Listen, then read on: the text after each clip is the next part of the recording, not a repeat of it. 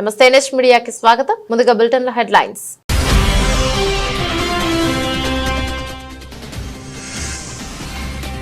విడుదలైన తెలంగాణ టీఎస్సీ ఫలితాలు. సచివాలయంలో జనరల్ ర్యాంకింగ్ లిస్టు విడుదల చేసిన సీఎం.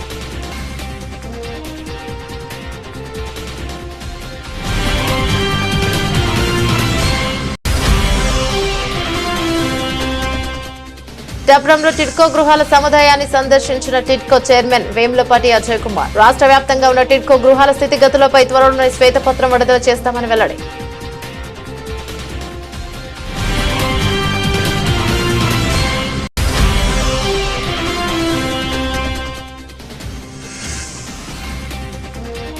ప్రభుత్వంపై కేంద్ర మంత్రి బండి సంజయ్ సంచలన వ్యాఖ్యలు. హైడ్రా పేరిట రేవంత్ ప్రభుత్వం వసూలు చేస్తుందంటే ఆరోపణలు.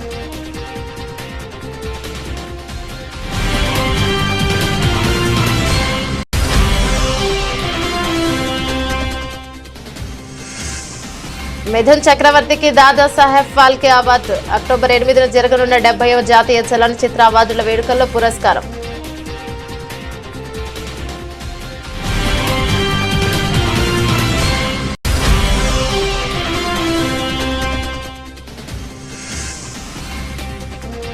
అంబానీ ఇంట ఒలింపిక్స్ పారాలింపిక్స్ అథ్లెట్లకు విందు. నెట్టింట ఫోటోలు వీడియోలు వైరల్.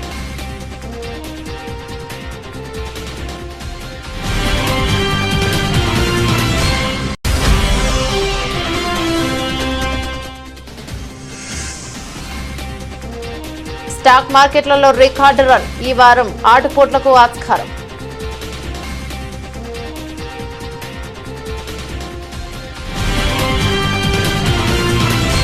తెలంగాణలో ఉపాధ్యాయ పోస్టుల భర్తీకి సంబంధించి విద్యాశాఖ నిర్వహించిన టీజీడీఎస్సీ 2024 పరీక్ష ఫలితాలు సోమవారం సెప్టెంబర్ 30 విడుదలయ్యాయి. ఈ ఉదయం 11 గంటలకు సచివాలయంలో సీఎం రేవంత్ రెడ్డి డీఎస్సీ పరీక్ష ఫలితాలను విడుదల చేశారు. జనరల్ ర్యాంకింగ్ జాబితాను వెబ్సైట్లో అందుబాటులో ఉంచారు. రాష్ట్రంలో 11,062 టీచర్ పోస్టుల భర్తీకి విద్యాశాఖ మార్చి 1న డీఎస్పీ నోటిఫికేషన్ విడుదల చేసింది. ప్రభుత్వం విద్యార్థులకు జూలై 18 నుంచి ఆగస్టు 5 వరకు పరీక్షలు రాశారు. ఏడాది ఫిబ్రవరి 29న 11,062 టీచర్ పోస్టుల భర్తీకి ప్రభుత్వం డీఎస్సీ నోటిఫికేషన్ విడుదల చేసిన విషయం తెలిసిందే.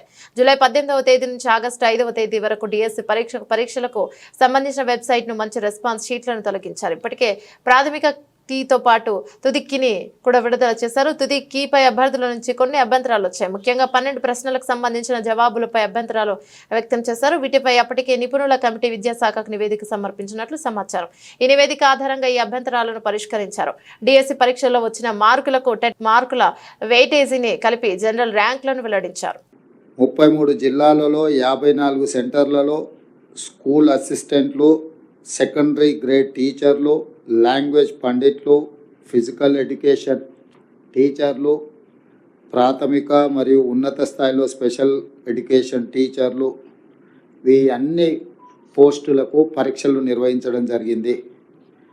18/7/2024 నుండి 5/8/2024 వరకు 26 ఆప్షన్స్ కింద ఈ పరీక్షలు నిర్వహించి ఈరోజు ఈ ఫలితాలను విడుదల చేయడం జరిగింది. ఈ ఫలితాలు ప్రధానంగా 1:3 ప్రాతిపదికన ఫలితాలను ప్రకటించి వాళ్ళ సర్టిఫికెట్ వెరిఫికేషన్స్, వాళ్ళ యొక్క మిగతా వివరాలను సంబంధిత జిల్లా కలెక్టర్లు, అధికారులు వెరిఫై చేసి ఫైనల్ నియామకాలు దసరా పండుగలోపు.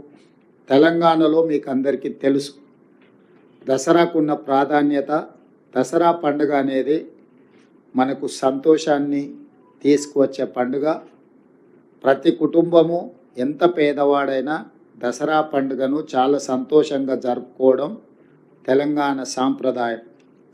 ఆ దసరా పండుగ లోపలనే 9 అక్టోబర్ 2024 నాడు ఈ సర్టిఫికెట్ల వెరిఫికేషన్లు పూర్తి చేసి ఎల్బీ స్టేడియంలో ఈ 11,062 మంది టీచర్ల నియామక పత్రాలు వాళ్ళకు అందించడం ద్వారా రాబోయే దసరా పండుగ వాళ్ళ కుటుంబాలలో సంతోషాన్ని, పండుగ వాతావరణాన్ని తీసుకురావాలని చెప్పి మా ప్రభుత్వం భావిస్తుంది. రాష్ట్ర వ్యాప్తంగా ఉన్న టిడ్కో గృహాల స్థితిగతులపై త్వరలోనే శ్వేతపత్రం విడుదల చేస్తామని ఆంధ్రప్రదేశ్ రాష్ట్ర టిడ్కో చైర్మన్ వేములపాటి అజయ్ కుమార్ తెలియజేశారు. పిఠాపురం పట్టణం మోహన్ నగర్ సమీపంలో గల టిడ్కో గృహాల సముదాయాన్ని వేములపాటి అజయ్ కుమార్ అధికారులతో కలిసి సందర్శించారు. ముందుగా పిఠాపురం మున్సిపల్ కమిషనర్ కనకారావుని అడిగి పిఠాపురంలో నిర్మించిన టిడ్కో గృహాలపై వివరాలు తెలుసుకున్నారు. అనంతరం టిడ్కో గృహాలను వేములపాటి అజయ్ కుమార్ పరిశీలించారు. టిడ్కో గృహాల నివాసం ఉంటున్న ప్రజలతో వేములపాటి అజయ్ కుమార్ మాట్లాడి వారి యొక్క సమస్యలను, వారి యొక్క ఇబ్బందులను తెలుసుకున్నారు. ఈ సందర్భంగా టిడ్కో గృహాల సముదాయాల్లో ఉన్న ఇబ్బందులను వేములపాటి అజయ్ కుమార్ గుర్తించారు. సమస్యలను వెంటనే పరిష్కరించాలని అధికారులను ఆయన ఆదేశించారు. బ్యాంకు విషయంలో ఏ విధంగా చేయగల ఆలోచన బేసిక్ ఇన్ఫ్రాస్ట్రక్చర్ బేసిక్ మీరు చేయించండి సార్. నుంచి ఎలా వాట్సాప్ నేను ఆఫీషియల్స్ నేను సిఎస్ఆర్ కింద ఎవరితో మాట్లాడతాను. మీకు ఎంత కావాలో చెప్పండి. ఫండ్స్ ప్రాబ్లం కాదు, మన దగ్గర లైట్లు ఉన్నాయంటే చేయించేసారు. సీఎం చంద్రబాబు పాపానికి పాల్పడ్డారని విశాఖపట్నం జిల్లా వైఎస్ఆర్సీపీ అధ్యక్షులు గుడివాడ అమర్నాథ్ ఆరోపించారు. విషయంపై ఆయన మీడియాతో మాట్లాడుతూ తిరుపతి లడ్డు అంశంలో సిబిఐ ఎంక్వైరీ ఎందుకు కోరడం లేదని ప్రశ్నించారు. బాబు తప్పు చేశాడు కనుకే సుప్రీం దర్యాప్తు కోరడం లేదని, వైఎస్ఆర్ కాంగ్రెస్ పార్టీ వేసిన కేసుపై సుప్రీం కోర్టులో సరైన విచారణ జరుగుతుందని ఆశిస్తామన్నారు. ఇక రాష్ట్ర ప్రభుత్వం సిబిఐ ఎంక్వైరీ కోసం కేంద్రానికి లేఖ రాయాలని గుడివాడ అమర్నాథ్ డిమాండ్ చేశారు. ఇది సమంజసం కాదు, మీరు చేస్తున్నటువంటిది కరెక్ట్ కాదు. చివరిని దేవుణ్ణి కూడా రాజకీయాల్లోకి తీసుకుని వచ్చేటువంటి స్థాయికి దిగజారిపోయారు. మత రాజకీయాలు చేసేటువంటి పరిస్థితికి వచ్చేసింది ఈ రాష్ట్రంలో తెలుగుదేశం పార్టీ ప్రభుత్వం అనేటువంటి విషయాన్ని కూడా ఈ సందర్భంగా తెలియజేస్తా ఉన్నా. మనం చూసాం, నెయ్యికి సంబంధించి ఈఓ గారు అంటారు 4వ తారీఖు జూలై 4వ తారీఖున వచ్చినటువంటి లోడ్లు ఏవైతే ఉన్నాయో అంతవరకు వాడాం.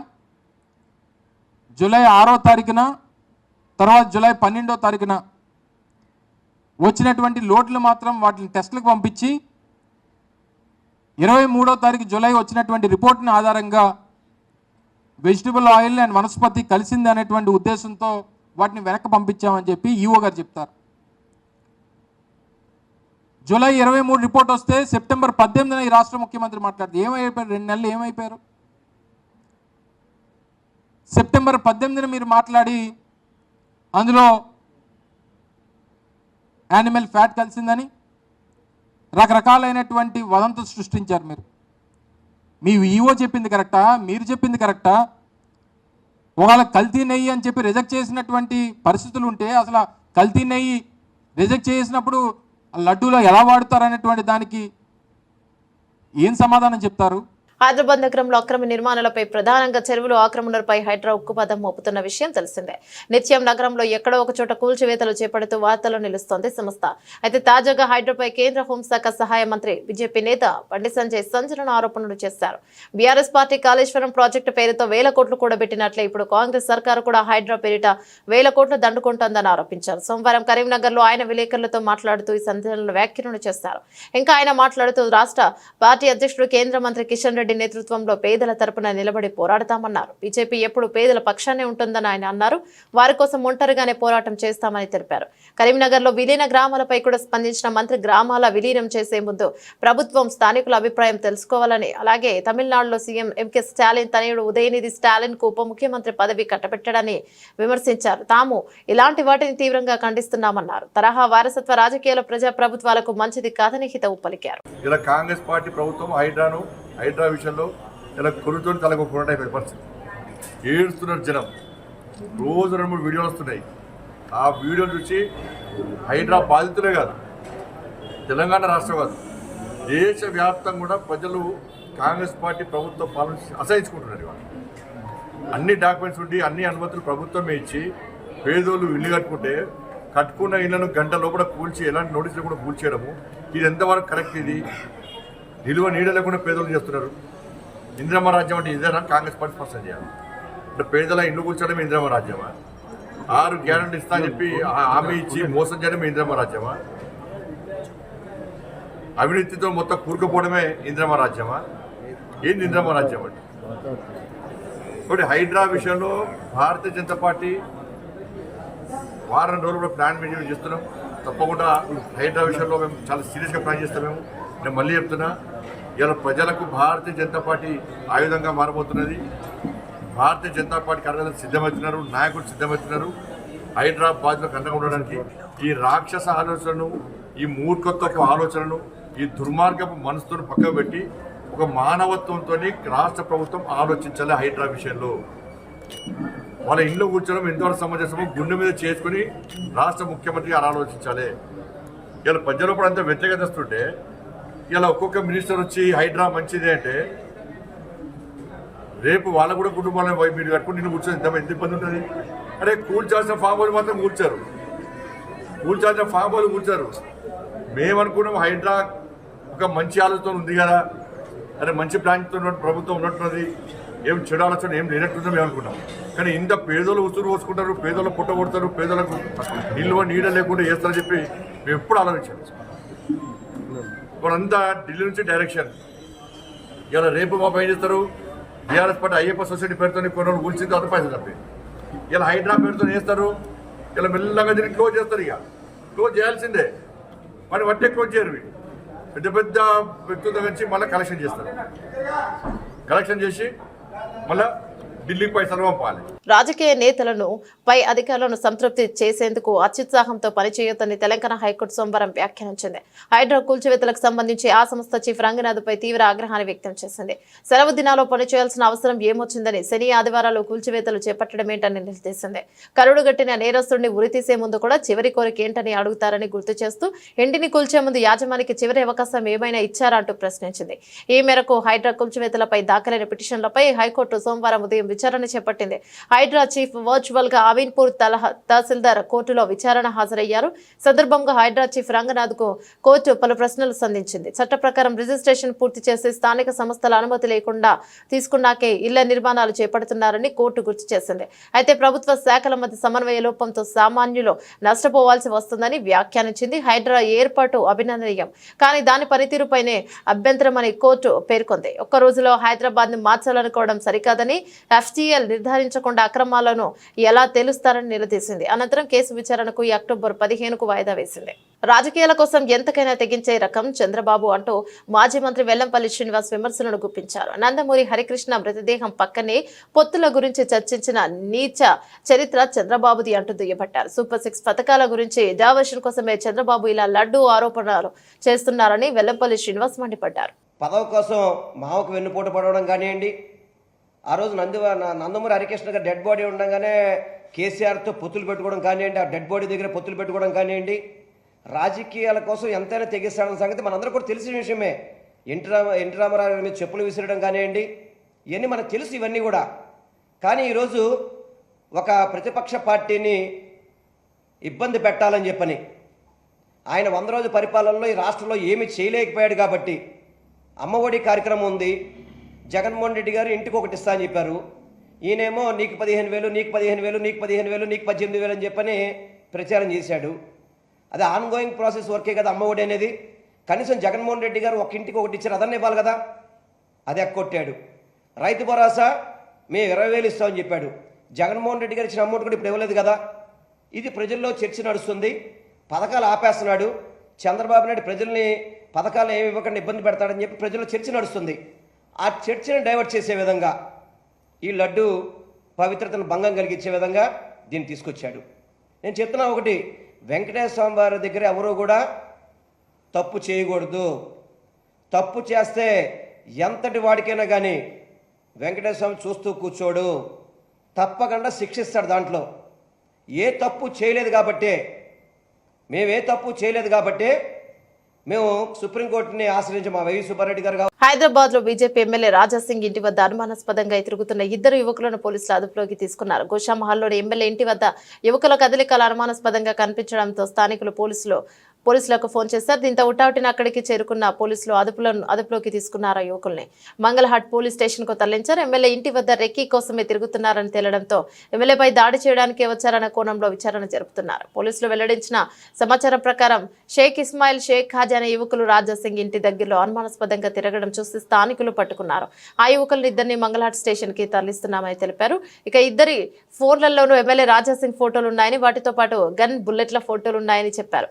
దీంతో హిందూ బంధు రాజాసింగ్ ను తీవ్రవాది చంపాలని రెక్కి చేస్తున్నారంటూ బీజేపీ కార్యకర్తలు నిరసన చేపట్టారు. నగరంలో శాంతి భద్రతలు లేవని పురాణపుల్ చౌరస్తాలో రేవంత్ రెడ్డి దిష్టిబొమ్మను దహనం చేశారు.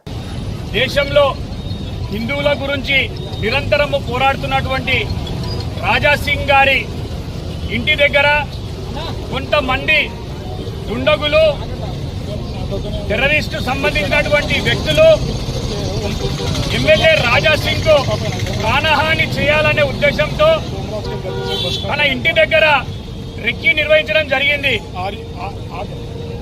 ఒక తీవ్రవాది హింసను సృష్టించడానికి, ఒక నాయకుడిని చంపడానికి, అతనిపై దాడి చేయడానికి తన ఇంటి వద్దకు వచ్చి రెక్కి చేశాడంటే ఈ తెలంగాణ ప్రభుత్వ పోలీస్ యంత్రాంగం ఏం చేస్తుందని చెప్పి మేము ప్రశ్నిస్తున్నాం. అసలు ఈ రాష్ట్రంలో హోమ్ మినిస్టర్ ఎవరు? చెత్తరహిత భారతదేశమే లక్ష్యంగా మోదీ ప్రభుత్వం అనేక కార్యక్రమాలు చేపడుతోందని కేంద్ర హోంశాఖ సహాయ మంత్రి బండి సంజయ్ అన్నారు. కరీంనగర్ మున్సిపల్ కార్పొరేషన్ ఆధ్వర్యంలో సప్తగిరి కాలనీలో ఏర్పాటు చేసిన స్వచ్ఛతా హీ సేవ కార్యక్రమంలో పాల్గొన్నారు. కాలనీలో మంత్రి చీపురు పట్టి ఊడ్చారు. మురికి ప్రదేశాన్ని శుభ్రం చేసి మొక్కలు నాటారు. అనంతరం జరిగిన కార్యక్రమంలో శానిటైజర్ సిబ్బందికి హెల్త్ కార్డులను అందజేశారు. ఈ సందర్భంగా మాట్లాడుతూ స్వచ్ఛ భారత్ మిషన్ ప్రారంభించింది 10 సంవత్సరాలు అవుతోందని తెలిపారు. 10 ఏళ్లు పూర్తి కాబోతున్న సందర్భంగా దేశవ్యాప్తంగా స్వచ్ఛ భారత్ దివాస్ ను జరుపుకుంటున్నామని అందులో భాగంగానే స్వచ్ఛతా హీ సేవ 2024 పేరిట అనేక సేవా కార్యక్రమాలను ఇక్కడ నిర్వహించుకోవడం సంతోషంగా ఉందన్నారు. ప్రజల సమస్యలు తీర్చే అవకాశం ఉండేది, ప్రజల సమస్యలు పరిష్కారమే అవకాశం ఉండేది. ఎన్నికల మాత్రం పాటిస్తుంది. ఎన్నికల తర్వాత సోదర భావంతో అందరూ కలిసిమెలిసి మనం గెలిపించిన ప్రజలకు సేవ చేసే ఆలోచన కల్పించినప్పుడే ఇవి స్వచ్ఛ భారత్ భాగమే. మనసు మంచి ఉండాలి, స్వచ్ఛ భారత్ భాగమే కూడా. కాబట్టి ఇటువంటి ఆలోచనతో అందరూ ముందుగా చెప్పి మీ అందరికీ విజ్ఞప్తి చేస్తూ ఇంతమంది కార్యక్రమంలో పాల్గొనడం చాలా సంతోషంగా అనిపిస్తున్నది. వాటి అనేక రకాల కార్యక్రమాలు ప్రతిజ్ఞ పేరుతో కానీ, హెల్త్ క్యాంప్ పేరుతో కానీ, తల్లి పేరు మీద ఒక మొక్క నాటడం పేరుతో కానీ, కార్మికులందరితో కూర్చొని సిబ్బందితో కూర్చొని కలిగి ఆత్మ కలిగేతో మాట్లాడే ప్రయత్నం చేయడం కానీ, ఇట్లా అనేక రకాల కార్యక్రమాలు ఈ స్వచ్ఛ సేవ కార్యక్రమం ద్వారా మనం సిబ్బందికి దగ్గర కావాలి, ప్రజలకు దగ్గర కావాలి, అందరూ కలిసిమెలిసి ఉండాలని చెప్పి అందరం ఒకటే భావన, ఒకటే ఆలోచన అనేటువంటి ఒక భావన కల్పించడానికే ఈ కార్యక్రమాన్ని మనం తీసుకుంటున్నాం. మంచి సమాజం. కామారెడ్డి జిల్లా కేంద్రంలో 6 ఏళ్ల చిన్నారిపై జరిగిన సంఘటన ఖండిస్తున్నట్లు రాష్ట్ర ప్రభుత్వ సలహాదారుడు షబీర్ అలీ అన్నారు. పట్టణంలో మీడియా సమావేశంలో ఆయన మాట్లాడుతూ 6 ఏళ్ల బాలికపై జరిగిన విషయంలో చట్టపరంగా యాక్షన్ తీసుకున్న పోలీసులకు అభినందనలు తెలిపారు. కొంతమంది యువకులు పోలీసులపై రాళ్లదాడి చేయడం సరైన పద్ధతి కాదన్నారు. వారిపై చట్టపరమైన చర్యలు తీసుకోవాలని అన్నారు. First I congratulate the Kamareddy police. Immediately action తీసుకొని ఎవరు కంప్లైంట్ చేయకుండా, ఎవరు ధర్నా చేయకుండా, ఎవరు ప్రొటెస్ట్ చేయకుండా వాళ్ళే వాళ్ళ దృష్టికి చైల్డ్ అండ్ ప్రొటెక్షన్ వాళ్ళు తీసుకురాగానే యాజ్ పర్ ది చట్ట ప్రకారంగా వాళ్ళు యాక్షన్ తీసుకునేందుకు నేను వాళ్ళకు అభినందిస్తున్నాను. దాని తర్వాత సెకండ్ ఇన్సిడెంట్ ఒక 6 సంవత్సరాల బాలిక మీద పోయిందని మా మీడియా సోదరులకు ధన్యవాదాలు. ఒకసారి ఆలోచన చేయండి మీరు కూడా. స్కోరలింగ్ స్టార్ట్ అయిపోయింది. ఒకటి రేప్ అని వేస్తున్నారు, ఒకటి దాన్ని బట్టి సోషల్ మీడియా కొంత సోదరులు అతని మీద ఏదో జరిగిపోయిందని విద్యార్థి సంఘాలు నాకు నైట్లో కూడా కొన్ని విద్యార్థుల సంఘాలు ఫోన్ చేస్తే, అద్దు బాబు పోలీస్ అయిపోయింది కదా, మీరు ఏమైనా కావాలంటే పోలీస్ ఎస్పీ దగ్గర మీరు డిస్కషన్ చేయండి, కానీ మీరు పోకండి. కొందరు నా మాట అయిన అయ్యారు, కొంతమంది ఇతర కొన్ని ఆర్గనైజేషన్స్ మన కంట్రోల్లో లేరు, వాళ్ళు పోయి ప్రొటెస్ట్ చేసినారు. పవన్ కళ్యాణ్ తో రాజీనామా చేయించి హిందూ ధర్మం పవిత్రతను కాపాడాలని రాష్ట్రీయ ప్రజా కాంగ్రెస్ ఆర్పీసీ ప్రధాన కార్యాలయంలో జరిగిన పార్టీ వారాంతపు సమావేశంలో ఆర్పీసీ వ్యవస్థాపక అధ్యక్షులు మేడా శ్రీనివాస్ సీఎం చంద్రబాబుని కోరారు.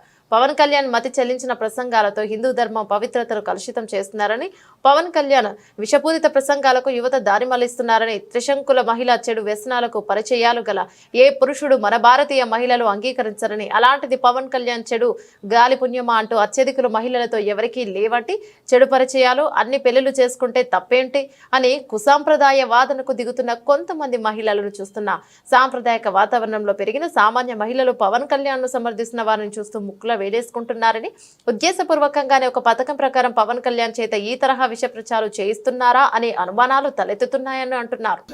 నేను హిందువుని, నా బిడ్డ హిందువు, అలాగే ఒకప్పుడు నేను బాప్టిస్ట్ని అని నోటుకొచ్చిన ఉపన్యాసాలతో ప్రజల్లో ఒక విధమైన మత సామరస్యాన్ని విచ్ఛిన్నం చేసే ప్రయత్నాలు చేస్తున్నాడు. మొట్టమొదట పవన్ కళ్యాణ్ తీరు మార్చుకోకపోతే ఖచ్చితంగా ఈ ఆంధ్ర రాష్ట్రంలో ప్రజలే గుణపాఠం చెప్తారు. ఈరోజు యువత దారి తప్పుతుందంటే పవన్ కళ్యాణ్ లాంటి నాయకులే ఈరోజు ఆంధ్ర రాష్ట్రానికి ప్రమాదకరంగా మారారు. రోజు ఏం సంకేతాలు ఇస్తున్నారు మీరు? హిందువులు ఇళ్ల నుంచి బయటికి రండి, ఊరికొకటి గొడవలు పడండి, ముస్లింస్కి జరిగితే ఊరుకుంటారా, క్రిస్టియన్స్కి జరిగితే క్రిస్టియన్స్ ఊరుకుంటారా అని నోటికొచ్చినటువంటి వాగ్దానాలతో, ప్రజల్ని రెచ్చగొట్టే వాగ్దానాలతో శాంతి భద్రతల సమస్యల్ని మీరు సృష్టిస్తారా? మీరు ఇష్టం వచ్చినట్టు మీరు సమావేశాలకు వెళ్ళి నేను క్రిస్టియన్ని, నా బిడ్డ క్రిస్టియను, అక్కడ ఆ మాట, ముస్లిమ్స్ దగ్గరికి వెళ్ళి అక్కడ కూర్చొని అక్కడ ఒక మాట, హిందువుల దగ్గరికి వచ్చి హిందువుల మాట. మీ యొక్క మాట్లాడే విధానాన్ని, మీ యొక్క రాజకీయ కలుషితాన్ని ప్రజలు గమనిస్తున్నారు. లేకపోతే ఈ ప్రభావం ఖచ్చితంగా చంద్రబాబు నాయుడు గారి మీద కూడా పడుతుంది. మీ కుటుంబంలో ఉన్నటువంటి వ్యక్తి ఇక్కడ అన్ని మతాల్లోని గొడవలు పెట్టేటువంటి ప్రయత్నం చేస్తున్నాడు. అయినా సిగ్గు లేకుండా భారతీయ జనతా పార్టీకి ఈరోజు హిందూయిజమే ఎజెండాగా ఆ పార్టీ ముందుకు వెళుతుంది. గోమాతని ఒక బ్రాండ్ అంబాసిడర్గా చూపిస్తుంది. ఈరోజు గోమాంసం తినండి, నేను తింటాను అని చెప్తున్నటువంటి వ్యక్తిని మీ కూటమిలో ఎలా పెట్టుకున్నారు? నిజాంపేట మండల కేంద్రంలో సోమవారం ఏకలవ్యుని జయంతి సందర్భంగా మండల ఏకలవ్య సంఘ సభ్యుల ఆధ్వర్యంలో ఏకలవ్యుని చిత్రపటానికి పూలమాలలు వేసి కుల జెండాను ఆవిష్కరించారు. ఈ సందర్భంగా వారు మాట్లాడుతూ మా కులదైవమైనటువంటి ఏకలవ్యుడి జయంతి వేడుకలను జరుపుకోవడం గర్వించదగ్గ విషయం అన్నారు. ఆనాదిగా మా కులాన్ని కేంద్ర రాష్ట్ర ప్రభుత్వాలు చిన్నచూపే చూస్తున్నాయన్నారు. మా ఏకలవ్యులకు ఉపాధి లేకుండా పోతోందన్నారు. సుప్రీంకోర్టు ఎస్టీ వర్గీకరణ మాదిరిగా ఎరుకల జాతికి రిజర్వేషన్ కల్పించాలన్నారు.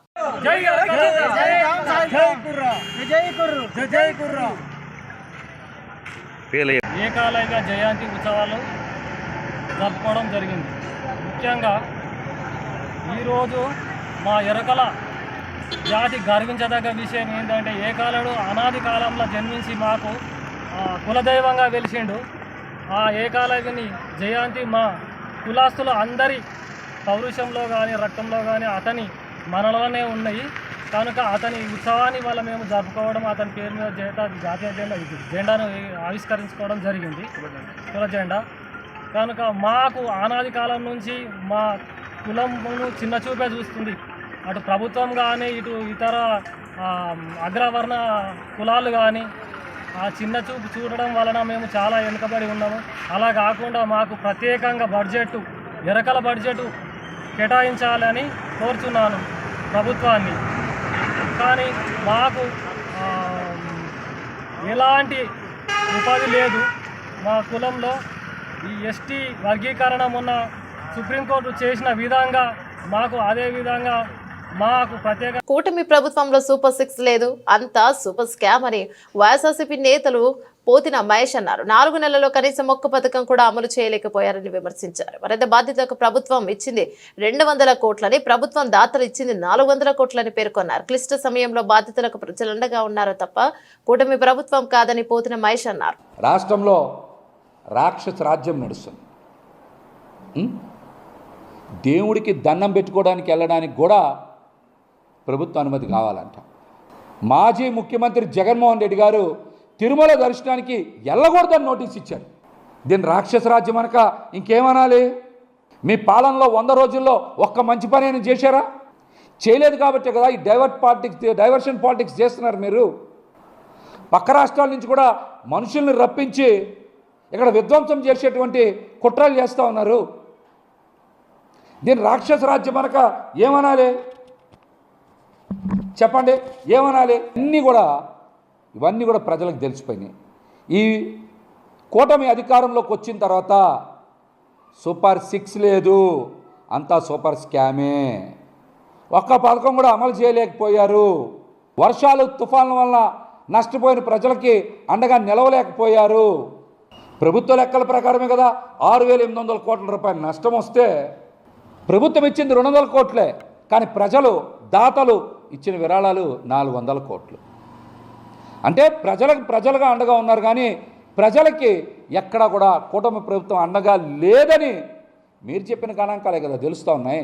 భారతీయ సినిమాకు సంబంధించి అత్యున్నత పురస్కారం దాదాసాహెబ్ ఫాల్కే అవార్డు ఈసారి ప్రముఖ నటుడు మిథున్ చక్రవర్తిని వరించింది. ఈ ఏడాది ఈ ప్రతిష్టాత్మక అవార్డుకు ఆయన ఎంపికైనట్లు కేంద్ర సమాచార ప్రచార మంత్రిత్వ శాఖ తాజాగా ప్రకటించింది. అక్టోబర్ 8న జరగనున్న 70వ జాతీయ చలనచిత్ర అవార్డుల వేడుకలో ఆయనను ఈ అవార్డుతో సత్కరించడం జరుగుతోందని పేర్కొన్నారు. ఈ మేరకు మంత్రి అశ్విని వైష్ణవ్ ఎక్స్ ట్విట్టర్ వేదికగా ఈ వార్తను పంచుకున్నారు. మిథున్ అద్భుతమైన సినిమా ప్రయాణం తరతరాల స్ఫూర్తికి ఇస్తుందని, భారతీయ సినిమాకు ఆయన చేసిన సేవలను గుర్తింపుగా దాదాసాహెబ్ ఫాల్కే ఎంపిక జ్యూరీ ఈ దిగ్గజ నటుని ఎంపిక చేసిందని ప్రకటించడం గౌరవంగా ఉందని ట్వీట్ చేశారు.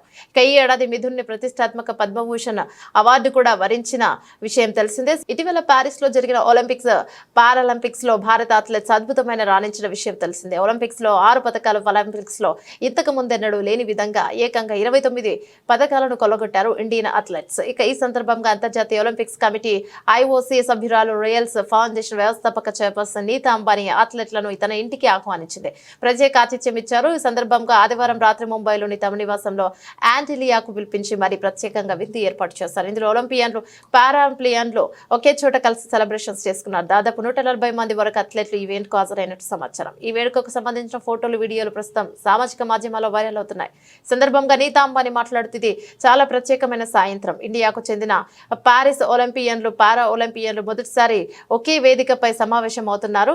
పారిస్ ఒలింపిక్స్ క్రీడల్లో వారు సాధించిన దానికి చాలా గర్విస్తున్నాం. భారతీయులందరూ ఈరోజు వారికి గౌరవిస్తున్నారు. వారి పట్ల మనకున్న ప్రేమ, గౌరవాన్ని తెలియజేస్తున్నాం. యునైటెడ్ విట్రయమ్స్ ఒక ఉద్యమంగా మారాలని కోరుకుంటున్నానన్నారు. बड़ी स्पेशल शाम है। आज पहली बार भारत के सभी ओलंपियंस और पैरालंपियंस एक ही साथ एक ही प्लेटफॉर्म पर आ रहे हैं. We are so proud of them. All Indians, we are proud of each and every one of them. And today, we are going to honor them and show them the respect and the love that we have for them. On behalf of Reliance Foundation,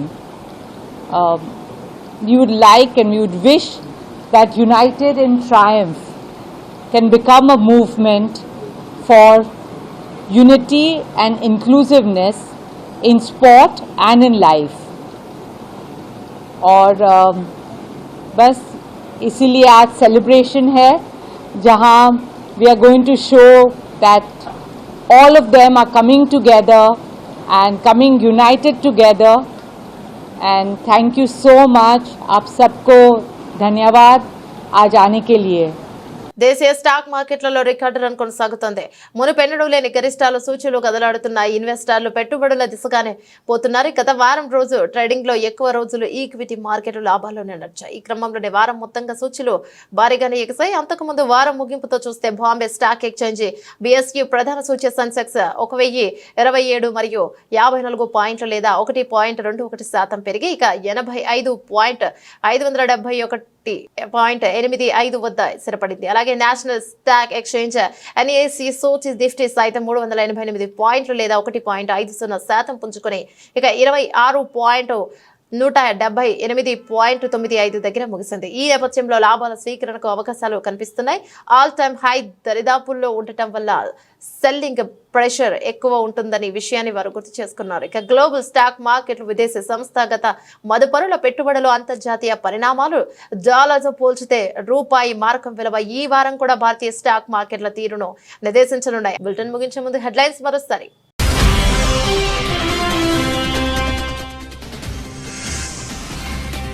విడుదలైన Telangana TSC ఫలితాలు. సచివాలయంలో general ranking list విడుదల చేసిన CM.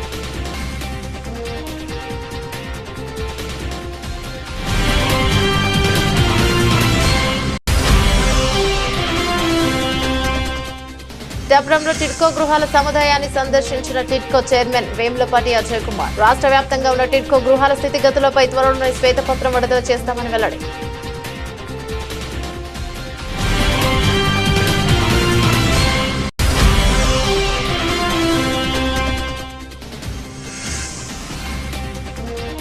ప్రభుత్వంపై కేంద్ర మంత్రి బండి సంజయ్ సంచలన వ్యాఖ్యలు. హైడ్రా పేరిట రేవంత్ ప్రభుత్వం వసూలు చేస్తుందంటే ఆరోపణలు.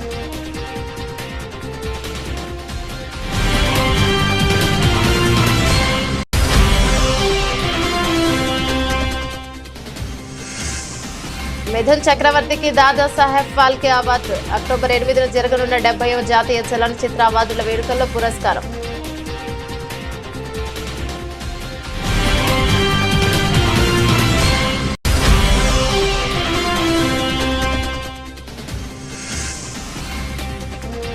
అంబానీ ఇంట ఒలింపిక్స్ పారాలింపిక్స్ అథ్లెట్లకు విందు.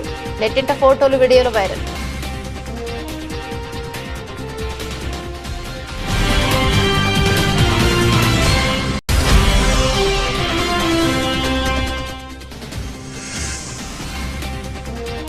స్టాక్ మార్కెట్లలో రికార్డు రన్. ఈ వారం ఆటుపోట్లకు ఆస్కారం.